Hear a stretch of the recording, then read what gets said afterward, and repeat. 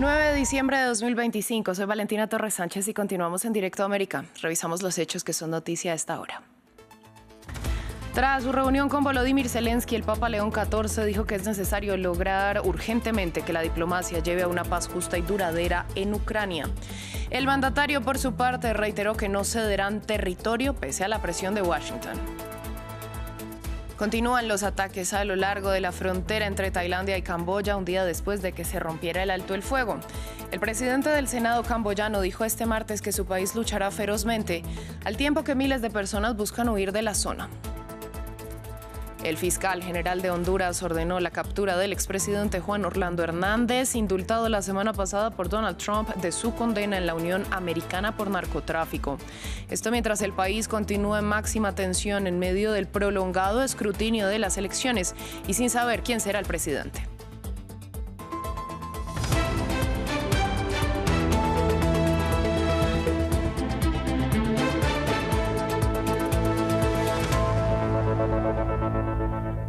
Damos inicio en el Vaticano, donde el presidente Volodymyr Zelensky se reunió con el Papa León XIV, quien aseguró que es urgente que las iniciativas diplomáticas conduzcan a una paz justa y duradera. El pontífice reiteró la necesidad de continuar con el diálogo para acabar con la guerra en Ucrania, atender a los prisioneros de guerra y garantizar el regreso de los niños ucranianos con sus familias. Volodymyr Zelensky tiene previsto reunirse también con la primera ministra italiana, Giorgia Meloni. Eso después de reiterar que no está dispuesto a ceder territorio pese a la presión de Washington. Cambiamos de tema, vamos a la frontera entre Tailandia y Camboya, donde continuaron por segundo día los ataques luego de que el lunes se rompiera el alto el fuego pactado hace 6 semanas. Al menos 3 soldados tailandeses y 7 civiles camboyanos murieron en los enfrentamientos. El presidente del Senado camboyano prometió este martes una lucha feroz en medio de la escalada del conflicto, al tiempo que desde Tailandia el Ejecutivo dijo que no se debe presionar con aranceles para que se detenga el conflicto fronterizo en referencia al método utilizado por Donald Trump para obligar a los dos países a firmar el acuerdo en octubre. Ampliamos en el siguiente informe. Siguen por segundo día consecutivos los enfrentamientos armados entre Tailandia y Camboya. El ejército tailandés atacó nuevamente al territorio camboyano. Por su parte, Phnom Penh anuncia una invasión ilegal y afirma enviar tropas a la frontera. Debido a las acciones agresivas de la parte tailandesa, que abrió fuego primero y violó la soberanía camboyana, nuestras fuerzas no tuvieron más remedio que ejercer su derecho a la legítima defensa.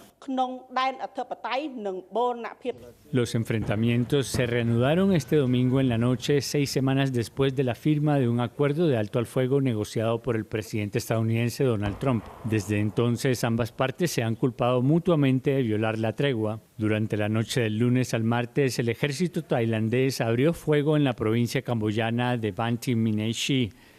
Luego extendió su ofensiva a otros territorios fronterizos, acusando a Camboya de movilizar unidades de combate para fines de operaciones militares.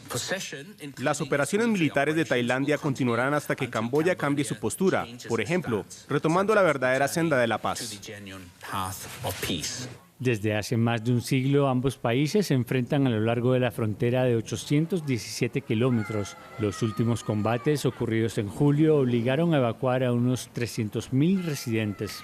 En Indonesia, al menos 22 personas perdieron la vida en medio de un incendio en Yakarta, la capital. Los hechos ocurrieron en un edificio de oficinas de 7 plantas y, según la policía, la conflagración se originó a causa de la explosión de una batería en el primer piso, lo que expandió las llamas. La mayoría de las víctimas son mujeres, una de ellas en estado de embarazo. Al menos 100 bomberos y 29 vehículos fueron desplegados para contener las llamas. En otras noticias, la Corte Penal Internacional condenó a 20 años de prisión al ex líder miliciano sudanés Ali Muhammad Abal Ar-Rahman. El exdirigente de las milicias Janjaweed, apodado Ali Kushayb, fue sentenciado por 27 crímenes de guerra y lesa humanidad cometidos en Darfur entre 2003 y 2004. Se trata de la primera decisión respecto a hechos de violencia durante el régimen de Omar al-Bashir. Entre los crímenes por los que fue sentenciado se encuentran asesinato, violación, tortura, persecución y desplazamiento forzado. Pasamos ahora a Honduras porque el fiscal general Joel Antonio Zelaya ordenó ejecutar una orden de captura internacional contra el expresidente Juan Orlando Hernández por un supuesto caso de corrupción, solo unos días después de su salida de la cárcel en Estados Unidos tras el indulto de Donald Trump. Esto mientras continúa la tensión en el país, donde el lunes se retomó el conteo de los votos de las elecciones del 30 de noviembre y mientras crece la desconfianza alrededor del escrutinio. Gabriel Corchén tiene los detalles. Orden de captura internacional contra Juan Orlando Hernández. Según el fiscal general de Honduras, se le acusa de haber desviado fondos nacionales para financiar la campaña presidencial en 2013, elecciones que Hernández ganó. Informo al pueblo hondureño que he instruido a la TIC y también exhorto a los organismos de seguridad del Estado y a nuestros aliados internacionales, como es la Interpol, a ejecutar la orden de captura internacional contra el expresidente Juan Orlando Hernández, acusado por los delitos de lavado de activos y fraude en el caso Pandora II. Nuestra lucha es frontal. El magistrado exhortó así a los organismos de seguridad del Estado y a aliados internacionales como Interpol a ejecutar la orden de captura internacional contra el expresidente, cuyo paradero es desconocido públicamente, pero se presume que está en Estados Unidos. Hernández, que cumplía una condena de 45 años de cárcel en Nueva York por narcotráfico, fue indultado por Donald Trump el 28 de noviembre. Eso justo antes de las elecciones presidenciales en Honduras, en las que el expresidente apoyó al candidato conservador Nasri Asfura. Hernández agradeció a Donald Trump en un mensaje video. Mi profunda gratitud al presidente Donald Trump por tener el coraje de defender la justicia y cumplir su promesa que nunca más se utilizaría el inmenso poder del Estado para perseguir a los opositores políticos. Donald Trump justificó la liberación de Hernández denunciando una supuesta caza de brujas por la administración Biden contra el expresidente. Sin embargo, los analistas ven una paradoja en el indulto de una persona culpable de haber ayudado a hacer entrar 400 toneladas de cocaína a Estados Unidos en medio de la controvertida política antinarcotráfico de Donald Trump, que incluye el despliegue militar en el Caribe. La legislatura de Mendoza, la capital de la provincia homónima en Argentina, será este martes epicentro de protestas porque numerosas organizaciones buscan que se niegue la licencia ambiental a un nuevo proyecto minero. Temen que dañe los escasos recursos hídricos, pese a que el presidente Javier Milei apoya la iniciativa como una oportunidad económica que, asegura, la oposición busca boicotear. Nos lo cuenta Rodrigo Sedano. El agua en Mendoza es un recurso escaso y para muchos mendocinos este se ve de nuevo amenazado por la actividad minera de la empresa Proyecto San Jorge Cobre Mendocino, de capitales mayormente suizos. Itati Brida es activista contra la mina en la localidad de Uspallata. Teme que el río acabe contaminado. Porque Mendoza es un oasis y nace del río, de las cuencas de nuestros ríos, y es un recurso muy valioso para los mendocinos.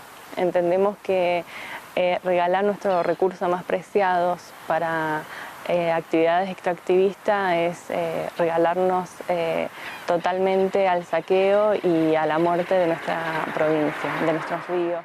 Este martes los legisladores mendocinos votarán si aprueban la licencia ambiental del proyecto minero. Numerosas asociaciones se manifestarán ante la legislatura. Defienden que la provincia se desarrolló gracias al buen aprovechamiento del agua y que la megaminería, al consumir grandes cantidades de este recurso, pone en peligro el consumo de los habitantes y las actividades agrícolas. Pero no todos ven necesariamente un problema en esta actividad. Estoy totalmente convencida que puede coexistir la minería con el turismo, con la agricultura, con el resto de industrias, si las cosas se hacen bien. Hay que hacer las cosas bien. En una provincia que tiene su principal actividad en la agricultura de la vid, frutas y hortalizas, el presidente Javier Milei ha apoyado la aprobación del proyecto minero. Asegura que aportará una inversión de 600 millones de dólares.